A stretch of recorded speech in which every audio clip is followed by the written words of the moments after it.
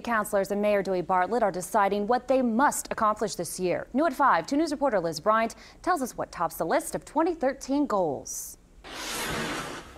Well, Marla, Mayor Bartlett and Tulsa City Councilors go through these 28 pages deciding what's most important this next year. You can even see there's a lot of research in here. Some of their options are develop the economy and beautify Tulsa. The councilors tell me their most important items are public safety and transportation. That we're still on developing. This is a roundtable talk that's an out-of-the-box approach to improving the city of Tulsa in 2013. This is what we want to do for Tulsa in 5 years, but if we don't start today, what we want to happen in 5 years won't ever happen.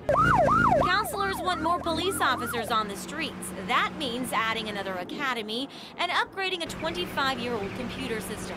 Officers could then quickly write arrest reports and book inmates. Councilors also want improvements to Tulsa's transportation. They would add lit crosswalks on Cherry Street where a pedestrian recently lost her life.